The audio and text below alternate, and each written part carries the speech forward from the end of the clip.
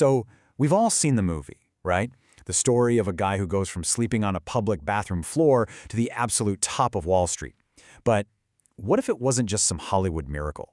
What if it was actually a blueprint? A series of deliberate steps that anyone can understand? Well, that's what we're going to do. Let's dive in and deconstruct the real framework behind one of the most incredible success stories of our time. Yeah, this quote, this just captures the absolute rock bottom, doesn't it? I mean, this wasn't a game. This was pure survival. Just try to imagine this for a second. You're locked inside a train station bathroom in Oakland. You're holding your 14-month-old son in your arms.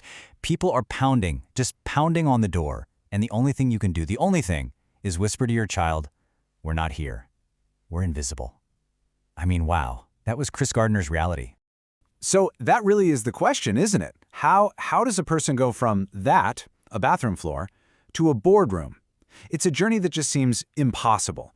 But here's the thing, and as we're going to see, it wasn't about luck, it wasn't some magic turning point. It was a process, a powerful, repeatable framework for completely rewriting your own story, even when you're starting with absolutely nothing. Okay, so before we get into the principles themselves, we have to really understand the reality of the man in that bathroom. Why? Because the credibility of his entire framework, it's all forged in the fire of that experience. And just look at this timeline. What's absolutely wild is how compressed this all is. We're talking early 1980s, he's homeless, raising a toddler. A few short years later, he's a stockbroker. And then by 1987, he's founding his own firm. And now today, he's a global CEO and philanthropist.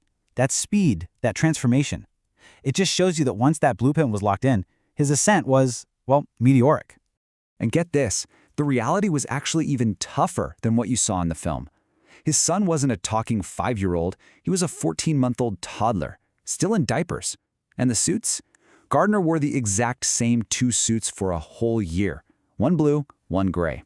His coworkers would joke that he was reenacting the Civil War. But through all of that, he said the hardest part, every single day, was dropping his son off at childcare. And nobody at work knew. He kept his homelessness a complete secret, projecting success on the outside while literally fighting for survival. So how did it all start to change? Where was the turning point? Well, it began with this profound mental shift, right there on that bathroom floor. Before any strategy, before any plan, this was the first domino to fall. It's what he calls the ownership principle. And this right here, this is the crucial turning point. Gardner asks himself the single hardest question you can ask: how did I get here? And the answer he came to was just brutal. It was, I drove here. He realized, he couldn't blame his stepfather or society or his circumstances. And the very second he owned his role in getting there, that's when he reclaimed his power. It's a simple idea, right? If you drove into this mess, then you hold the keys to drive right back out. And this is a key part of that ownership. Gardner makes this really sharp distinction between your net worth and your self-worth. Look, your bank balance, your net worth, that's going to go up, it's going to go down. It's just what money does. But your self-worth, your values, your integrity, who you are at your core, that has to be non-negotiable. It can never, ever be compromised, no matter what the bank account says. And you know where this sense of ownership came from? It was built on this bedrock belief that his mother gave him. Every single day, she told him, "Son, you can do or be anything." And that wasn't just some nice little phrase. He calls it permission to dream. And that's exactly what it is. It's the fundamental belief that you are actually allowed to go after a life that's better than what you have right now. Without that permission, no plan is ever going to get off the ground. Okay, so you've got the ownership mindset. You've given yourself permission to dream. What's next? Well, now you need a plan. And for Chris Gardner, it couldn't be just any plan. It had to be a plan that would actually work. This is what he calls the C5 complex. And this is his actionable checklist. Super straightforward. Your plan has to be, number 1, clear, no ambiguity. 2, concise. You gotta be able to explain it simply. 3, compelling. It has to motivate you and the people around you. 4, consistent. Your actions have to be repeatable, day in, day out. And number 5, and this is the big one, you have to be totally 100% committed to seeing it through. He says if your plan is missing even one of these 5 C's, it has a fatal flaw. Which brings us to probably his most blunt piece of advice. So what about a backup plan? A plan B? His answer is simple. Plan B sucks. Why? Because it's a distraction. It just softens your commitment to plan A. I mean, think about it. Did Michael Jordan have a plan B for basketball? Did Oprah have a plan B for media? No.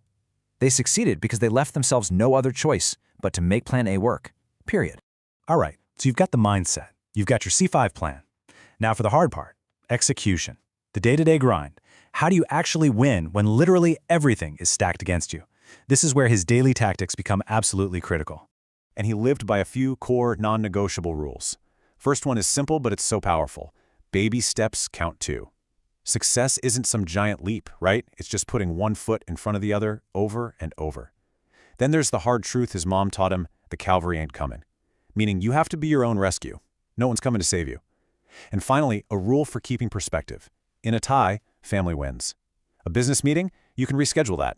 Your kid's first dance recital? You can't. You show up for the moments that actually matter. Okay, now here's where this whole framework gets really, really clever. So Gardner tells this incredible story about competing for a huge business contract against these Wall Street giants.